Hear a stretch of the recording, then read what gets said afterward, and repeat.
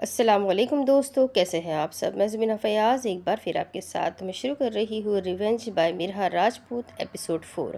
شروع کرنے سے پہلے ہمیشہ کی طرح کہوں گی کہ اگر آپ میرے چینل پر نئے ہیں یا اب تک چینل کو سبسکرائب نہیں کیا ہے تو پلیز چینل کو سبسکرائب کر لیں، بیل آئیکن کو ضرور دبا دیں۔ ناول پسند آ رہا ہے تو کمنٹ کر کے ضرور بتائیں کہ آپ کو کیسا لگ رہا ہے، کون سا کیریکٹر آپ کو زیادہ انٹرسٹنگ لگ رہا ہے، اور یہ بھی مجھے ضرور بتائیں کہ آپ کس کنٹری سے میری ویڈیوز کو واچ کرتے ہیں۔ ساتھ ہی جو پسند آتے ہیں ناول انہیں شیئر ضرور کیا کریں۔ تو چلیے شروع کرتے ہیں۔ بابا، آپ نے نیوز دیکھی؟ ایشام نے ان کی طرف بڑھتے پوچھا جو صوفے پر بیٹھے اب شاید کسی کو میسج کر رہے تھے۔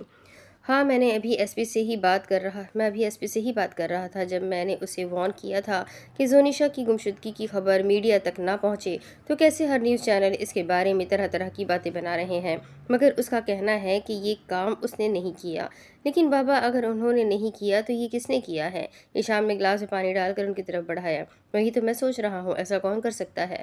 میں تو پریشان ہو چکا ہوں، زونیشا کے ڈائریکٹر کی کالز پر کال آ رہی ہے۔ پہلے تو میں نے انہیں یہ کہہ کر ٹال دیا تھا کہ اس کی طبیعت ٹھیک نہیں ہے، اس لیے وہ شوٹ پر نہیں آ سکتی، مگر اب اس نیوز کے بعد وہ بار بار کالز کر رہے ہیں۔ انہوں نے پریشانی سے بولتے پانی کا گلاس اپنے لبوں سے لگایا۔ بابا، فکر نہ کریں، میں انہیں ہینڈل کر لوں گا، ان کے شانے پر ہاتھ رکھ کر ایشام نے تسلی بخش لہجے میں کہا تو انہوں نے اس بات میں گردن ہلائی۔ بابا، میں نے اس نمبر کا پتہ لگوا لیا ہے، ایشام نے ان کے چہرے کی طرف دیکھ کر بولا اور جیب سے کچھ کاغذات نکالے۔ دکھاؤ بیٹا، کون ہے وہ؟ اب وہ نہیں بچے گا میرے ہاتھوں سے۔ انہوں نے کاغذات کو پکڑ کر دیکھا۔ جیسے جیسے وہ کاغذات کو پلٹ رہے تھے ویسے ویسے ان کی سانسیں اکھڑنے لگی، ان کا سر چکرانے لگا، پسینے سے ان کا سارا جسم شرابور ہو گیا۔ انہیں لگا جیسے کسی نے انہیں جلتی دھوپ میں کھڑا کر دیا ہو، جیسے وہ اگلا سانس لینا بھول گئے ہوں۔ بابا، کیا ہوا آپ کو؟ پسینے کیوں آ رہے ہیں؟ ان کے اڑتے رنگوں کو دیکھ کر اس نے پریشانی سے پوچھا، مگر انہوں نے کوئی جواب نہ دیا، جیسے وہ سن ہی نہ رہے ہوں۔ وہ اپنی بگڑی حالت پر قابو پانے لگے، مگر اس وقت یہ کام نہیں انہیں سب سے مشکل لگ رہا تھا۔ ایسا کیسے ہو سکتا ہے؟ وہ بچ کیسے گیا؟ مطلب میری بیٹی اس کے قبضے میں ہے؟ اتنے سالوں بعد وہ انتقام لینے ہماری زندگیوں میں لوٹ آیا؟ اتنے سارے سوال ان کے دماغ میں گردش کرنے لگے، مگر ان کے پاس ایک سوال کا بھی جواب نہیں تھا۔ صدمہ تو انہیں لگا ہی تھا، وہ بھی بہت گہرا۔ ان کی تو اتنے میں ہی بس ہو گئی تھی، ابھی تو اور بھی بہت کچھ باقی تھا۔ بابا، آپ جانتے ہیں یازی شاہ کو؟ انہیں خاموش اور ٹینشن میں دیکھ کر وہ پھر سے بولا۔ نہیں۔ ان کی زبان لڑکھڑا رہی تھی، ان کے الفاظ ان کی زبان کا ساتھ نہیں دے رہے تھے۔ انہیں ایسا محسوس ہو رہا تھا جیسے قسمت نے ایک زناٹے دار تماچا ان کے منہ پر مارا ہو۔ وہ اتنے بے بس تو کبھی نہیں ہوئے تھے۔ بابا اتنا مشہور بزنس مین ہے، آپ یاد کریں، کیا پتہ آپ جانتے ہو؟ بابا، مجھے ایک بات پریشان کر رہی ہے، اس کی ہمارے ساتھ کیا دشمنی ہے؟ ایشام کو جو بات کب سے پریشان کر رہی تھی آخر وہ بات اس نے پوچھ ہی دی، مگر مقابل شخص کے پاس اس کا کوئی جواب نہیں تھا۔ وہ کس منہ سے اپنے بیٹے کو جواب دیتے؟ ایشام، تمہیں گھر کا ایڈریس پتہ چلا؟ اس کی بات کو نظر انداز کرتے انہوں نے سوال کیا اور صوفے پر بیٹھے اپنی پیشانی کو مسلا۔ جی بابا، میں گیا تھا، مگر اس کے گھر پر تالا لگا تھا۔ میں تو سوچ رہا ہوں ہمیں پولیس کو لے کر اس کے آفس چلنا چاہیے، ایشام نے انہیں مشورہ دیا۔ تو انہوں نے نظریں اٹھا کر ایشام کی جانب دیکھا۔ نہیں، وہ پولیس کو اس معاملے میں انوالو نہیں کر سکتے۔ وہ کس بنیاد پر یہ سب کرتے جب سارا کیا دھرا ان کا اپنا تھا؟ اکثر لوگ غلطیاں گناہ کر کے بھول کیوں جاتے ہیں؟ وہ یہ کیوں نہیں سوچتے یہ دنیا انصاف پر قائم ہے، یہ دنیا ایک مکافات عمل ہے، ادھر جیسا کرو گے ویسا ہی بھرو گے۔ نہ جانے کون کس خوش فہمی میں مبتلا ہوتے ہیں۔ ابھی وہ یہ سب سوچ ہی رہے تھے کہ ایشام کو کس طرح ٹالیں، وہ معاملہ پولیس تک نہیں جانے دے سکتے تھے۔ اسی وقت ان کے موبائل پر نوٹیفیکیشن آئی۔ ایک رانگ نمبر تھا، کسی نے ویڈیو سینڈ کی تھی۔ انہوں نے موبائل کو آن کر کے اوپر سے ہی کانپتے ہاتھوں سے نوٹیفیکیشن کو آن کیا۔ ویڈیو ڈاؤن لوڈ ہو رہی تھی، اسکرین ابھی دھندلی، مگر ان کا دل بے چین ہو رہا تھا، ان کا دل ڈوب رہا تھا۔ اب اسکرین واضح ہو گئی تھی، انہوں نے دیکھا ان کی آنکھیں پھٹی کی پھٹی رہ گئی۔ یہ سب بھی دیکھنا باقی تھا۔ اسکرین میں موجود ان کی بیٹی زخمی پڑی تھی، وہ رو رہی تھی، کرہ رہی تھی، ان کے دل کو کچھ ہوا۔ اسی لمحے اسکرین دھندلا گئی، ان کی آنکھیں آنسوؤں سے بھر گئی، ان کا دل بند ہو رہا تھا، گھٹن مزید بھر گئی تھی، ان کے ہاتھ سے موبائل نیچے گرا، آنکھیں اب بند ہو چکی تھیں۔ کرسی کی پشت سے ٹکراتے وہ اپنے ہوش و حواس سے بیگانہ ہو گئے۔ بابا، بابا، ان کے وجود کو ہلاتے ہوئے بولا۔ ایک ہاتھ سے اس نے موبائل اٹھایا۔ ایسا بھی کیا تھا موبائل میں جو برداشت نہیں کر سکے؟ اس نے موبائل کو پلٹا، اسکرین پر چلتی ویڈیو اس کے پیروں تلے زمین کھینچ گئی۔ یہ اس کی بہن تھی، ہاں اس کی بہن ہی تھی، اتنی زخمی حالت میں۔ موبائل کو دور اچھالتے اس نے انہیں شانوں سے اٹھایا، ان کی سانس رک کر چل رہی تھی۔ रुक रुक कर चल रही थी। उसे अब जल्दी से उन्हें लेकर अस्पताल पहुंचना था। वो बिना रुके मुसलसल दरवाज़ा पटक रही थी, मगर अफसोस ऐसा कोई नहीं था जो उसकी मदद करता। अपनी हथेली से आंसू साफ करती वो उठकर खड़ी हो गई, मगर कमरे में मध्यम सी रोशनी थी, बमुश्किल ही उसे चीज़ें नजर आ रही थीं। दरवाजे के बिल्कुल सामने वॉल पर एक खिड़की थी। एल्युमिनियम की इस खिड़की से बाहर का मंजर साफ नजर आ रहा था। वो भागती हुई खिड़की के पास आई, मगर जो उसने देखा वो उसकी सोच के बरक्स था। उसका लॉक बाहर की तरफ था। अफसोस से उसने अपनी आंखें मींची, फिर जैसे ही उसने आंखें खोली उसकी आंखें खुली की खुली रह गई। उसने देखा बाग के पीछे काफ़ी सारे दरख्त थे। वो जो सोच रही थी, क्या वो सही था? क्या वो जंगल में रह रही थी? वहां से भागती हुई वो दूसरी खिड़की के पास आई। यहाँ भी दरख्त ही दरख्त थे। उस जगह पर आकर उसने कितनी बड़ी गलती कर दी थी, ये तो उसे गुजरते वक्त में पता चलना था। नहीं, ऐसा नहीं हो सकता, मैं एक जंगल में रह रही हूँ। अपना सर नफ़ी में हिलाने लगी। उसने अपना हाथ एक ऊंचे स्टूल पर रखा। उसी वक्त उसके कंधे पर कुछ गिरा। उसने गर्दन मोड़कर चौंक कर अपने कंधे की तरफ देखा, जहाँ एक मोटी छिपकली उसके शाने पर गिरी हुई थी। जैसे ही उसकी नज़र पड़ी वो उछलते हुए चीखने चिल्लाने लग पड़ी। उसे तो छिपकलियों से बहुत डर लगता था। उसे तो छिपकली देखते ही वॉमिट आने लगती थी। वो छिपकली स्टूल से गिरी थी। उसने नज़र उठाकर ऊपर की जानिब देखा, जहाँ छिपकलियों का पूरा खानदान था। वहाँ बहुत सारी छिपकलियाँ थीं। वो चकरा कर 2 कदम पीछे हुई। उसका दिल बोझल हो रहा था। चिल्लाते हुए वो भागती हुई दरवाजे की तरफ बढ़ी। उसकी आंखों के आगे अंधेरा छाने लगा, लेकिन वहां पहुंचते ही वो जमीन बोस हो गई। वो जानता था स्टोर रूम में बहुत सी छिपकलियां थी, इसलिए उसने जोनिशा को स्टोर रूम में बंद कर दिया। इस दुनिया में याज़ी शाह को तो सभी लोग जानते हैं, मगर ब्लैक किंग को बस खुशकिस्मत लोग ही जानते हैं।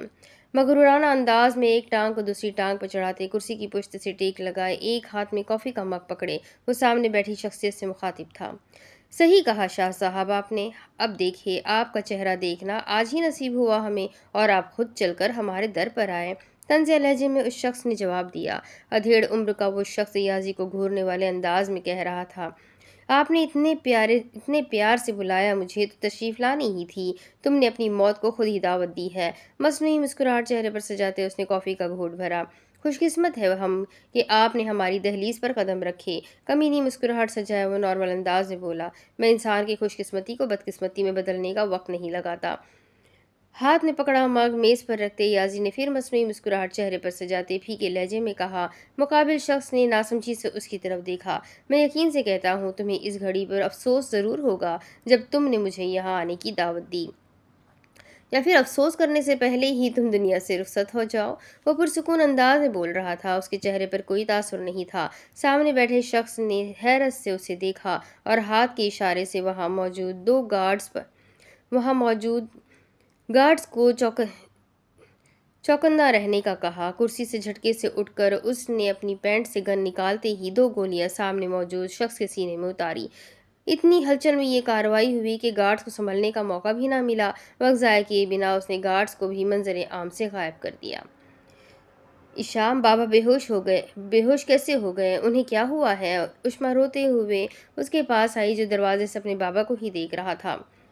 उष्मा, तुम यहाँ? मामा आप भी? मुड़कर उसने उन दोनों की तरफ देखा। इशाम, बताओ क्या हुआ है? शुमाला बेगम ने उसके चेहरे पर हाथ रखकर टेंशन से पूछा तो उसने अफसोस से नजर झुका ली। वो कैसे बताता उन्हें? वो नहीं बता सकता था। उसकी बहन पर इतना जुल्म हो गया था। ये सोचते उसने अपनी आंखें जोर से मींची। मामा, कुछ नहीं हुआ, बस टेंशन की वजह से बाबा बेहोश हो गए थे। डॉक्टर ने चेक कर लिया है, उन्हें बस आराम की ज़रूरत है। उसने अपनी माँ के गले लगते उन्हें दिलासा देना चाहा। मामा, आपकी तबीयत खुद नहीं ठीक, आप क्यों आ गई? आपको किसने बताया? उनसे अलग होकर इशाम ने एक नज़र उष्मा की तरफ देखा। जब मुझे मेरे अपने कुछ नहीं बताएंगे तो मुझे बाहर वालों से ही पता चलेगा ना। नाराज़ी से मुंह बसोरते उन्होंने कहा। मुलाजिम ने बताया था आप बाबा को लेकर अस्पताल गए हैं, तो हम भी जल्दी से आ गए, जवाब उष्मा ने दिया। मामा, आप भी एक दफ़ा चेक करवा ले, आपकी तबीयत भी मालूम हो जाएगी। नहीं बेटा, मैं बिल्कुल ठीक हूँ। उन्होंने इनकार करना चाहा, मगर इशाम उन्हें ज़बरदस्ती अंदर की जानिब ले गया। वो नहीं चाहता था डॉक्टर बाहर आए और इन सब के सामने सारा मामला बताए। वो कमरे में गए तो नर्स ने उन्हें बेड पर लेटा कर इशाम और उष्मा को बाहर इंतज़ार करने का कहा, तो वो दोनों बाहर आ गए। उष्मा की आंखों में आंसू अभी भी मौजूद थे। इशाम ने उसकी तरफ देखा तो उसने उसी वक्त रुख मोड़ लिया। अब वो क्यों नाराज़ हो रही थी? उष्मा, तुम मुझसे नाराज़ हो? उसकी पुश्त को देखते हुए बोला। वो उससे नाराज़ नहीं होती थी, वो बस उसे ऐसा महसूस करवाती थी। वो भला उससे नाराज़ कैसे हो सकती थी? बगैर कोई जवाब दिए उसकी आंखें और तेज़ी से भीगने लगी। उष्मा, मैं कुछ पूछ रहा हूँ, मेरी तरफ देखो। उसकी शानों पर हाथ रखकर उसने उसका रुख अपनी जानिब किया। आपने अपना प्रॉमिस नहीं पूरा किया। नज़रें ज़मीन पर जमाए मासूमियत से बोली तो इशाम ने उसके गाल पर बहते आंसू साफ किए। उष्मा, मैं कोशिश कर रहा हूँ, बहुत जल्द हमारे साथ होगी। उसके लहजे में एक उम्मीद थी, मान था। उसने आंखों से पलकों की बौछार उठाकर उसकी तरफ देखा। उष्मा, तुम्हारी रिंग कहाँ है? उसके हाथ को पकड़ते हुए परेशानी से बोली। मैंने उतार दी थी। उसके हाथ को दबाती वो धीमी आवाज़ में बोली। क्यों? उसकी बात सुनकर सही मानी में वो परेशान हुआ था। क्योंकि वो क्योंकि मैं चाहती हूँ आप मुझे वो रिंग सबके सामने पहनाएं। जब तक हालात ठीक नहीं हो जाते, मैं वो रिंग संभाल कर रखूंगी। उसके बाद आप मामा पापा की रजामंदी से मुझे रिंग पहना देना। वो उसकी आंखों में देखकर प्यार से बोल रही थी। और ईशान का दिल चाह रहा था वो उसकी आंखों में बस इसी तरह देखे जाए। हाँ ठीक है, जैसा तुम चाहो वैसा ही होगा। नरमी से उसकी बात का जवाब देते उसने उसकी पेशानी पर बोसा दिया तो उसके गुलाबी गाल और गुलाबी हो गए। उसे बहुत अच्छा लगता था जब इशाम उसे इज्जत देता था, उससे प्यार से बात करता था। याजी अकरम साहब की कॉल आई थी। उन्होंने एक और मिशन मुझे दिया है। उसके घर दाखिल होते ही उसने सारी गुफ्तगू उसके गोशेगुजार कर दी।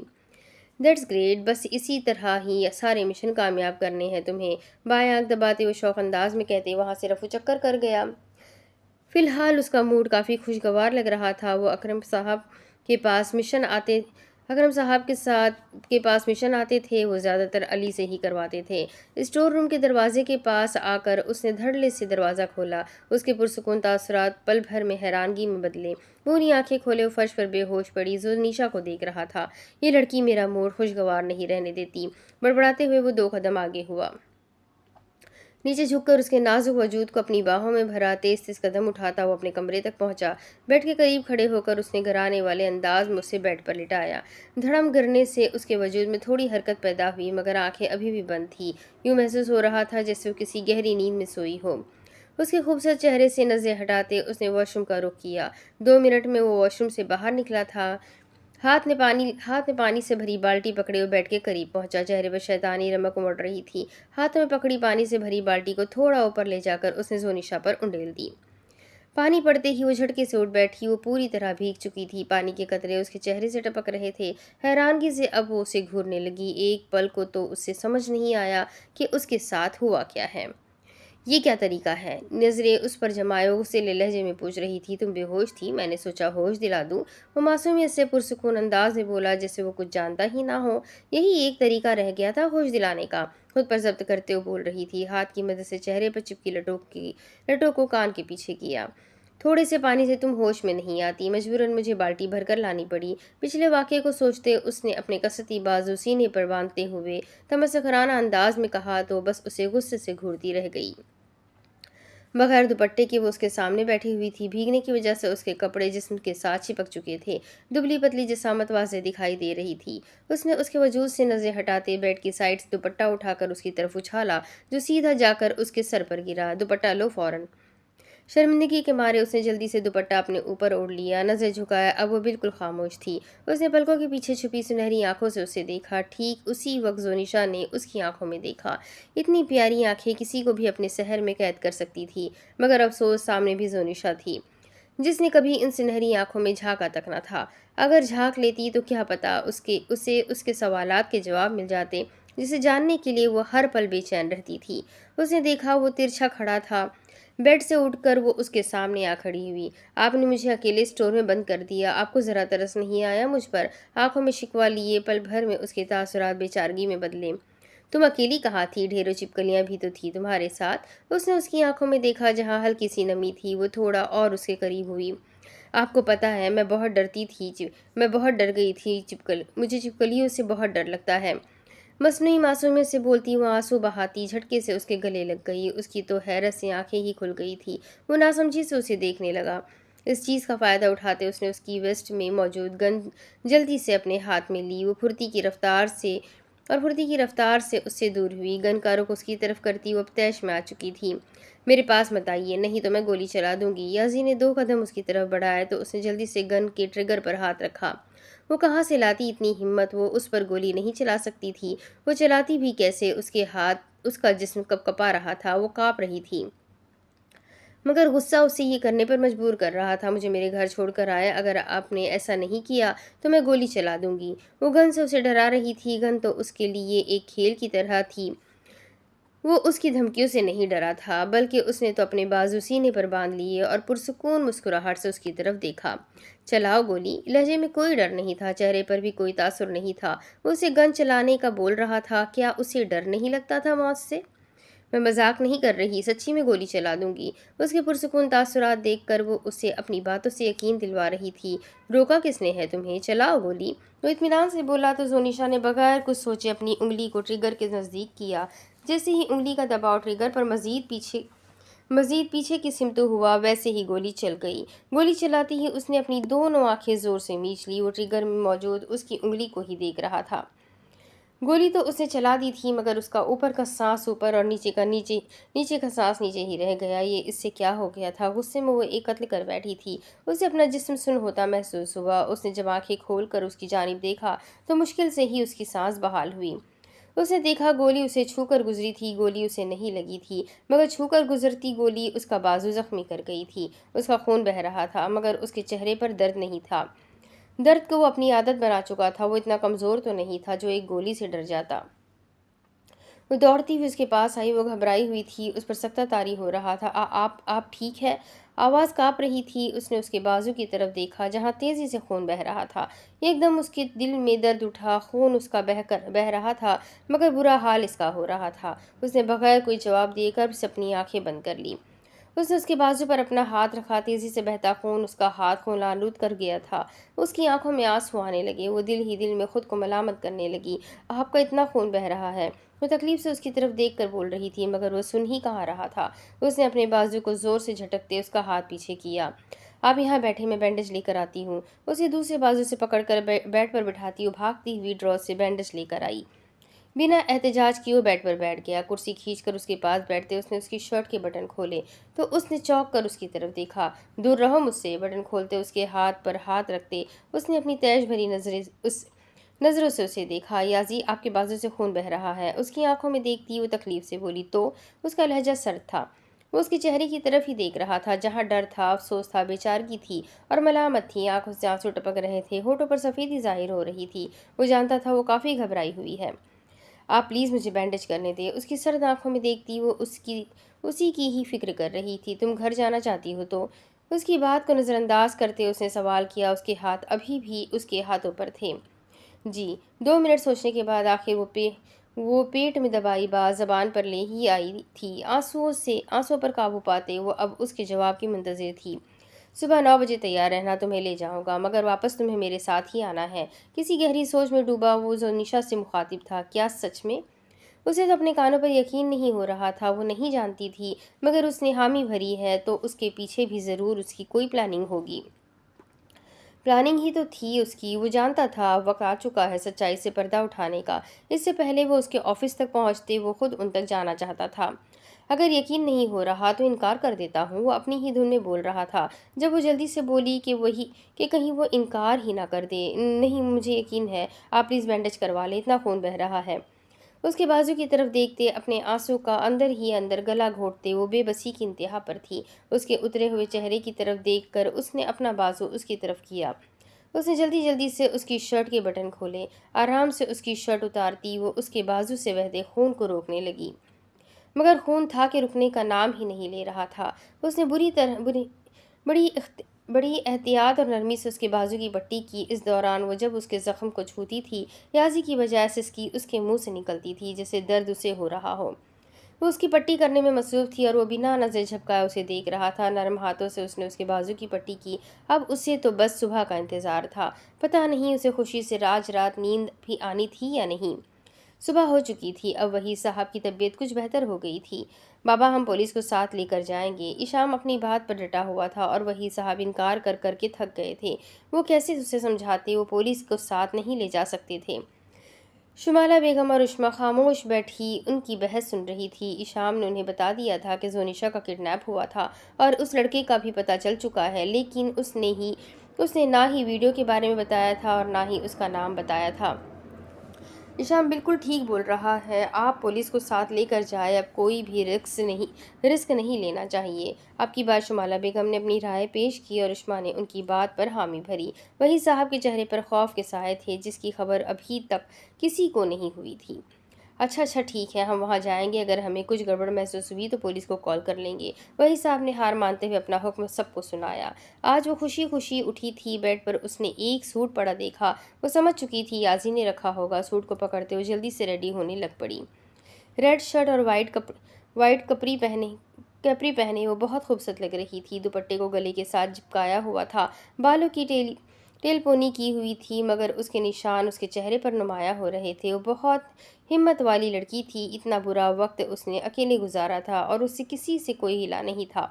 वो जानती थी उसका बाप कभी गलत नहीं हो सकता। वो भी बहुत प्लानिंग करके उसके साथ जा रही थी। पता नहीं उसकी प्लानिंग कामयाब भी होनी थी या नहीं। फुल तैयार होकर बेड पर बैठी वो उसका इंतजार कर रही थी, जो 10 मिनट से शावर ले रहा था। बाद गाउन पहने वो वॉशरूम से बाहर निकला। पेशानी पर बिखरे बालों को हाथ की मदद से ऊपर किया और ड्रेसिंग के सामने जा खड़ा हुआ। सुनहरी आंखों में आज अजीब सी चमक थी। आईने में मौजूद उसके हसीन सरापे पर एक भरपूर नज़र डाली, जो नज़रें झुकाए अपनी उंगलियों को मसल रही थी। वो बहुत हसीन थी। उसके दिल से आवाज़ आई थी। उसने नज़र उठाकर आईने में मौजूद उसकी आंखों में देखा तो उसने जल्दी से अपनी आंखों का मरकज़ बदला, जैसे उसकी कोई चोरी पकड़ ली गई हो। जाकर नाश्ता करो, मैं आता हूँ। बगैर उसे देखे वो अपने बाल सेट कर रहा था। वो इस बात में सर हिलाती उठकर बाहर चली गई। उसने बाद गाउन खोला और बेड पर पड़ी शलवार कमीज पहनी। ड्रेसिंग के सामने खड़ा वो अब अपना कॉलर दुरुस्त कर रहा था।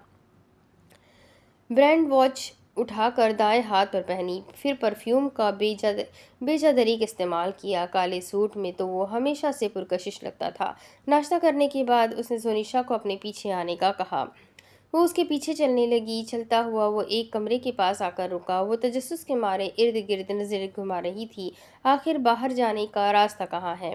उसने दरवाजे के हैंडल पर हाथ रखकर घुमाया तो दरवाज़ा खुल गया। ये कमरा सब कमरों से मुख्तलिफ था। अंदर आते ही उसने दरवाजे के साथ लगे स्विच बोर्ड से एक सुर्ख रंग का बटन नीचे किया। बटन प्रेस करते ही फर्श पर खुद ब खुद सीढ़ियाँ बनने लगी। हैरत से उसका मुंह ही खुल गया। फटी फटी आंखों से वो कभी याजी को तो कभी सीढ़ियों को देख रही थी। बगैर उसकी तरफ देखे वो सीढ़ियां उतरने लगा। वो भी हक्का बक्का उसके पीछे चलने लगी। सीढ़ियां उतरते ही उन दोनों ने राहदारी की दहलीज पर कदम रखे। उसने तो कभी सोचा भी नहीं था कि बाहर निकलने का रास्ता इतना खुफिया होगा। इस लंबी राहदारी को घूरती अब वो कुछ न कुछ बोलने के बारे में सोच रही थी। भला वो बात किए बिना रह भी सकती थी। क्या आफत आ गई थी जो आपको जंगल में रहना पड़ रहा था? आदत से मजबूर वो उसके पीछे चलती तीखे अंदाज में बोली। नजरें अभी भी ना खत्म होने वाली राहदारी पर थी। जंगल में नहीं, बाकायदा घर में रह रहा हूँ। उसके सवाल को दुरुस्त करते नाक से मक्खी उड़ाने वाले अंदाज में वो बोला। वो 2 कदम आगे चल रहा था और वो 2 कदम पीछे चल रही थी। जंगल में रहो ये घर में ऐसी जगहों पर तो जानवर ही रहते हैं। धीमी आवाज़ में वो बड़बड़ाई, लेकिन उसकी आवाज़ याजीन को बमुश्किल ही सही मगर सुनाई ज़रूर दी थी। मोहतरमा, मेरे ख्याल से आप भी वहीं पर होती है। पलट कर उसकी तरफ देख कर जवाब देते वो अपनी पहली वाली पोजीशन में चलने लगा। मैं ज़बरदस्ती वहाँ पर लाई गई हूँ। उसकी बात पर उसके कदम चलते रुके। उसने मुड़कर उसे बाजू से पकड़कर दीवार के साथ लगाया।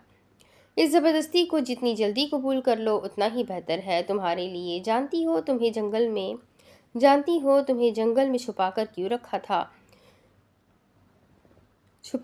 रखा? उसके चेहरे के करीब अपना चेहरा करते वो उसकी आंखों में देखकर बोल रहा था। उसकी आंखों में देखती उसने नफ़ी में गर्दन हिलाई। ताकि तुम्हारा बाप भी वैसे तड़पे जैसे एक वक्त में मैं तड़पा था। वो तुम्हें हर जगह पागलों की तरह ढूंढे। और एक बात याद रखना, वापसी पर कोई ड्रामा या होशियारी ना दिखाना, नहीं तो तुम्हारा अंजाम अच्छा नहीं होगा। उसके बाजू पर उसकी गिरफ्त ढीली हुई। वो थोड़ा सा दूर हुआ। उसकी धमकी का उस पर कोई असर नहीं हुआ। चुपचाप वो उसके पीछे चलने लगी। राहदारी के इख्तिताम पर उसने मुड़कर जोनिशा की तरफ देखा। उसका दुपट्टा जो एक पट्टे की सूरत उसके गले में झूल रहा था। याजी ने निहायत एहतियात से उसका दुपट्टा अपने हाथ में लिया और अच्छी तरह से उसके सर पर उड़ा दिया। वो इतने प्यार से उसे दुपट्टा दे रहा था। जोनिशा के दिल को कुछ हुआ। वो जानता था उसे खुद अच्छी तरह दुपट्टा लेना आता ही नहीं। उसने जोनिशा की कलाई को अपने हाथ में पकड़ा और राहदारी से बाहर कदम बढ़ाए। झाड़ियों को पीछे करते वो दोनों बाहर निकले। वहां पर कोई खुफिया दरवाज़ा नहीं था, एक लंबा रास्ता था जिसके इख्तिताम पर उसे बड़े बड़े दरख्तों ने छुपाया हुआ था। उसके आगे आए दरख्तों से कोई पहचान ही नहीं सकता था कि वहाँ कोई खुफिया रास्ता भी हो सकता है। वहां से बाहर निकलकर सामने ही याजी का ड्राइवर गाड़ी की चाबी हाथ में पकड़े उसी का इंतजार कर रहा था। उसके हाथ से चाबी लेते हुए फ्रंट डोर खोलकर बैठ गया। जोनिशा भी चलती हुई दूसरी सिमत आकर बैठ गई। उसने फुल स्पीड पर गाड़ी स्टार्ट कर दी। गाड़ी में बैठी वो यही सोच रही थी, एक दफ़ा घर पहुंच जाए, फिर उसके बाबा किसी सूरत याजी को उसे साथ लेकर नहीं जाने देंगे। मगर वो अपने ख्यालों वाली लड़की ये कहाँ जानती थी कि किस्मत ने उसे याजी से हमेशा के लिए जोड़ दिया है। उसे अब उसकी हाथ की लकीर की तरह हमेशा उसके साथ ही रहना था। छोटी बीबी जी आप? चौकीदार ने गाड़ी की फ्रंट पर बैठी जोनिशा को हैरत और खुशी से देखते हुए गेट खोला, मगर याजी ने गाड़ी गेट से बाहर ही खड़ी की। घर को देखते उसके पुराने जख्म फिर से ताज़ा हो गए। उसके अंदाज बदले थे। वो गाड़ी से बाहर निकला और उसकी तरफ का दरवाज़ा खोलकर उसकी कलाई को मजबूती से थामते उसे घसीटते हुए अंदर लेकर जाने लगा। लो, हो गया याजी का जल्लाद मूड ऑन। लंबे लंबे डग भरता वो तो जोनिशा को लिए इंटरेस्ट से हॉल में दाखिल हुआ। घर के तमाम मकीन सोफों पर विराजमान थे। यूं अफरा तफरी पर सब घबरा कर खड़े हो गए। ये क्या, वो तो याजी के ऑफिस जाने वाले थे। वो खुद उनके सामने आकर खड़ा हो गया था। उसने जोनिशा को पूरी कुव्वत से आगे को धक्का दिया। इस अचानक कारकर्दगी पर वो अपना तवाज़ुन बरकरार न रख सकी और सीधा जाकर वही साहब के कदमों में गिरी। उसका माथा फर्श से टकराया। जोनिशा, तुम ठीक हो? चोट तो नहीं लगी? वही साहब ने जोनिशा को शानों से पकड़कर उठाया। बाकी सब भी परेशानी से उसके पास आए। वो चोट का पूछ रहे थे। उसका तो पूरा चेहरा जख्मी था, जगह जगह निशान थे। उसके लिए तो ये एक मामूली चोट बन चुकी थी। वही साहब ने झट से उससे अपने गले लगा लिया। वो अपने बाबा के गले लगते फूट फूट कर रोने लगी। वो भी अपनी बेटी के गले लगे आंसू बहा रहे थे। वो एक साइड पर खड़ा उनका ये इमोशनल ड्रामा देख रहा था। अपने बाबा से अलग हुई तो शुमाला बेगम ने उसे अपने सीने में दबोचा। वो फूट फूट कर रो दी। जोनिशा, ये तुम्हारे चेहरे पर निशान क्यों है? क्या हुआ तुम्हें? उससे अलग होकर शुमाला बेगम ने उसका चेहरा अपने हाथों में लेते हुए पूछा। उनके इस तरह पूछने पर वही साहब और इशाम के चेहरे पर शर्मिंदगी के साए लहराए। मामा, कुछ नहीं हुआ। दोबारा से उसके गले लगती वो फ़कत इतना ही बोली, मगर उसके अल्फाज से उन्हें तसल्ली नहीं मिली थी। वो इतना तो समझ चुकी थी, कोई ना कोई मसला ज़रूर है। कौन हो तुम? क्या दुश्मनी है तुम्हारी हमारे साथ? इशाम उसके कॉलर पकड़कर गुस्से से चिल्लाया। मेरा तारुफ नहीं करवाएंगे? उसके हाथों का पीछे झटकते हुए वही साहब से मुखातिब हुआ। उसके बोलने की देर थी। सबने नासमझी से रुख मोड़कर वही साहब की तरफ देखा। जिसे कहना चाह रहे हो आप कि उसका तारुफ करवाएंगे? सबकी नज़रें खुद पर महसूस करते वो और ज़्यादा शर्मिंदा हो गए। शर्मिंदगी के मारे उनकी नज़रें झुक गई। पहचान तो चुके हैं आप मुझे, वो भी बहुत अच्छे से। खामोश क्यों है आप? बताए सबको, बताए किस तरह आपने मेरी माँ का कत्ल किया? सब पर नज़र डालते हुए अपनी गंभीर आवाज़ में बोल रहा था। उसका उसका इस तरह कहना शुमाला बेगम को भी बहुत कुछ समझा गया था। फिर वक्त सभी हैरानगी की कैफियत में थे, सिवाय वही साहब के, जिनके चेहरे पर खौफ था, डर था, शर्मिंदगी थी। वो जवाब में कुछ नहीं बोले थे। बोलते भी क्या, कुछ बताने लायक होता तो वो बोल देना। अब एक मुजरिम अपना गुनाह खुद थोड़ी ना कबूल करेगा। वो उन पर तंज कर रहा था, मगर क्यों? यही बात सबको हैरत में मुब्तला कर रही थी। ये तुम क्या बोल रहे हो? मेरे बाबा मुजरिम नहीं है। उसने उंगली उठाकर उसे वार्न करना चाहा। इस वक्त वो खुद को एक बेबस इंसान महसूस कर रहे थे, जो ना अपना जुर्म बयान कर सकता था और ना हकीकत से मुंह मोड़ सकता था। साले साहब, तुम्हारे बाबा ही नहीं, तुम्हारी माँ भी इस जुर्म में शामिल है। एक औरत होकर उन्होंने एक दूसरी औरत का एहसास नहीं किया, उसकी मदद नहीं की, इसके लिए आवाज़ नहीं उठाई। कुछ तो था उसकी आवाज़ में, जो जोनिशा ने नज़रें उठाकर उसकी जानिब देखा था। आज उसकी आवाज़ में दुख था, वो भी अपनी माँ के लिए। उसकी बात शुमाला बेगम को किसी झटके की तरह लगी थी। उनके तो वहम गुमान में भी नहीं था कि एक वक्त ऐसा भी आएगा। माजी से पर्दे उठ रहे थे। उनके चेहरे पर एक रंग आ रहा था तो एक जा रहा था। उन्हें समझ नहीं आ रही थी बदलते वक्त की। वो तो समझ रही थी उन्होंने अपना पूरा रास्ता साफ कर दिया। तो फिर याजी शाह उनकी ज़िंदगी में दोबारा कैसे आ गया? रंग तो वहीद साहब के चेहरे के भी उड़े हुए थे। इशाम चलता हुआ अपने बाबा के पास आया। बाबा, ये शख्स क्या बोल रहा है? पहला सवाल इशाम ने किया था। बाबा, ये आपको मुजरिम क्यों बोल रहा है? इस बार उष्मा बोली थी। बाबा, आप उन्हें बताएं, आपने कुछ नहीं किया। एक आखिरी बात जोनिशा की तरफ से आई थी। وہ تینوں باری باری بول رہے تھے، مگر جس نے جواب دینا تھا ان کے منہ پر جیسے قلف لگ چکی تھی۔ وہ بالکل خاموش کھڑے تھے، ان کے چہرے پر تکلیف کے اثرات تھے۔ وہ بھی اپنی بیٹی کے لیے، انہیں اس وقت سب سے زیادہ اپنی بیٹی کی پرواہ تھی جو اپنے باپ کا کیا بھگت رہی تھی۔ بابا آپ بول کیوں نہیں رہے؟ آپ بتائیں سچ کیا ہے؟ وہ اپنے بابا کے بارے میں ایک لفظ بھی نہیں سن سکتی تھی، وہ کیسے اتنے الزامات برداشت کر لیتی؟ سب ان کے جواب کے منتظر تھے، مگر وہ تھے کہ کچھ بول ہی نہیں رہے تھے۔ بابا پلیز کچھ تو بولے۔ اب وہ ہچکیوں میں روتی، اس کے گلے لگ چکی تھی۔ اس کے بابا تو اس کی ہر بات کا جواب دیتے تھے، پھر آج ایسا کیا تھا جو بیان نہیں کر رہے تھے؟ یازی سچ بول رہا۔ انہیں اپنی آواز کسی کھائی سے آتی محسوس ہوئی تھی۔ نظر زمین پر گاڑتے انہوں نے سچ کو قبول کیا۔ کسی کی طرف دیکھنے کی ہمت ہی نہیں پیدا ہو رہی تھی۔ انہوں نے اپنا جرم قبول کر لیا تھا۔ یازی کے ہونٹوں پر ایک طائرانہ مسکراہٹ تھی۔ اپنے بابا سے الگ ہوتی وہ روتی ہوئی نفی میں سر ہلانے لگی۔ اس کا دماغ اس بات سے انکار کر رہا تھا۔ نہیں، اس کے بابا مجرم نہیں ہو سکتے۔ وہ دوڑتی ہوئی اپنی ماں کے پاس آئی۔ ماما، یہ بابا کیا بول رہے ہیں؟ آپ بول دیں یہ سب جھوٹ ہے۔ بڑی امید سے وہ سوال کر رہی تھی۔ اس کی آنکھیں بے اختیار بہتی جا رہی تھیں۔ بیٹا یہی سچ ہے۔ ان کی بھی نظریں جھکی ہوئی تھی، وہ نظریں ملانے کے قابل ہی کہاں رہے تھے۔ قسمت نے انہیں اتنا مجبور کر دیا تھا کہ وہ اپنے بچوں سے نظریں نہیں ملا پا رہے تھے۔ اب اس کی آگے کی کہانی میں آپ کو اگلے ویڈیو میں سناتی ہوں کہ آخر ایسا ان لوگوں نے کیا کیا کہ وہ اپنے بچوں کے سامنے نظریں نہیں اٹھا پا رہے ہیں، بچوں سے نظر نہیں ملا پا رہے ہیں۔ آخر اس کہانی میں آگے ہوا کیا تھا؟ یازی کے ماں باپ کے ساتھ، اس کی ماں کے ساتھ ان لوگوں نے کیا کیا؟ آگے کے سوالات کے جواب جاننے کے لیے میرے ساتھ بنے رہے۔ ویڈیو کو لائک کریں، چینل کو سبسکرائب کریں، بیل آئیکن کو ضرور دبائیں۔ ملتے ہیں اگلے ویڈیو میں، تب تک کے لیے اپنا خوب سارا خیال رکھیں، مجھے بھی دعاؤں میں یاد رکھیں۔ اللہ حافظ۔